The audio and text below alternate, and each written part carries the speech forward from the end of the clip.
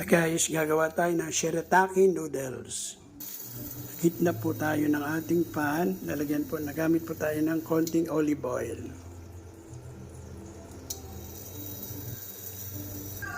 Lagyan na po natin ng sibuyas.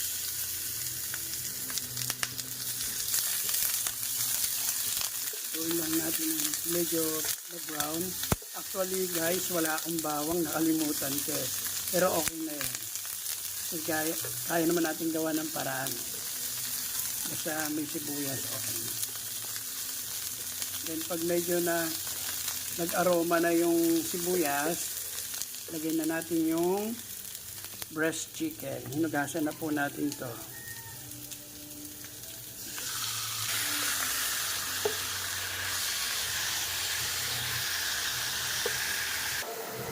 Buksan natin. Hintayin natin pa mag golden brown. Nagpakulo tayo ng mainit na tubig para dun sa shirataki noodles natin. Ibababad kasi natin ng 5 minuto. Kung medyo okay na, lagyan na natin yung ating mga gulay.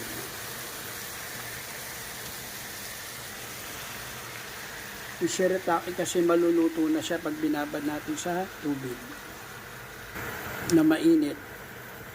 Bigyan na natin pampalasa, paminta. Depende sa dami sa gusto nyo. Kasi medyo gusto ko spicy.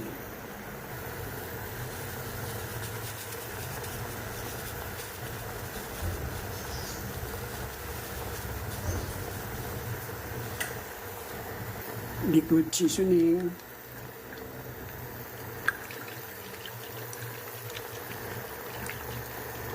Then, lagyan natin mainit na tubig para mas mabilis siyang kumulo. Tapos, itong shirataki natin, 2 plastic na maliit to, babara na natin within 5 minutes. Haluin.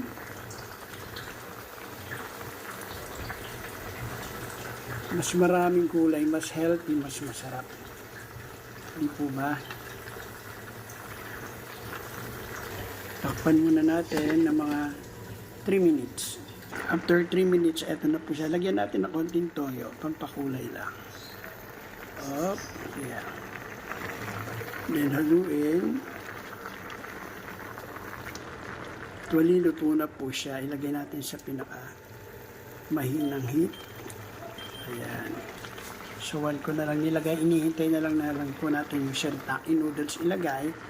Then, ready to serve na to. Then, pag malambot na shirataki, mix na natin sa ating gulay. Haluin po natin.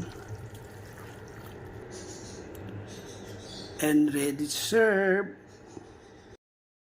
Hi guys. Tikiman portion na po tayo sa ating nalutong shirataki noodles.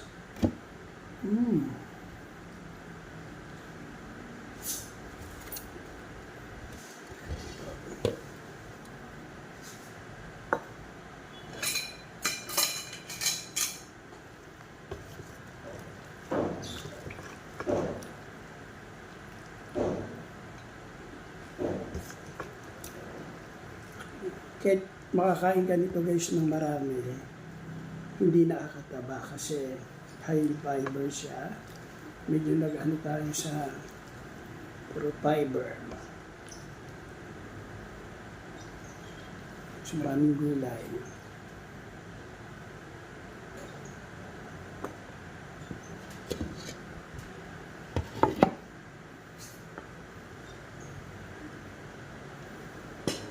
Sabayan natin ang sausawan na maraming sili.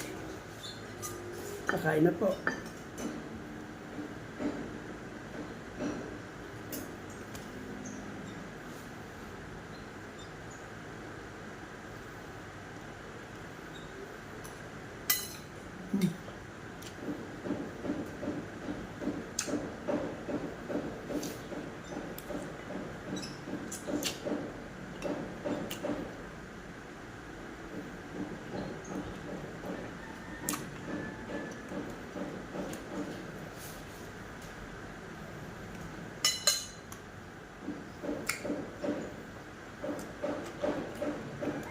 Hop.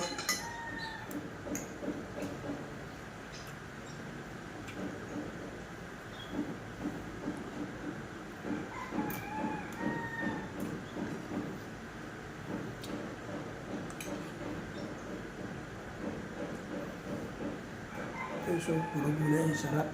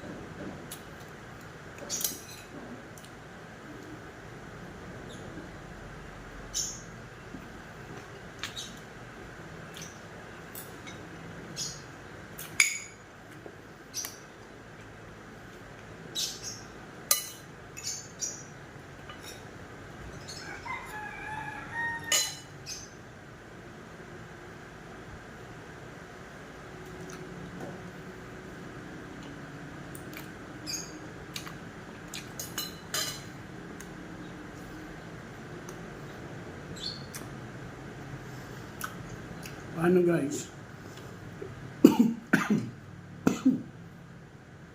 Naubot tayo. Hanggang dito na lang. Hanggang sa muli. Kita-kits. Bye-bye.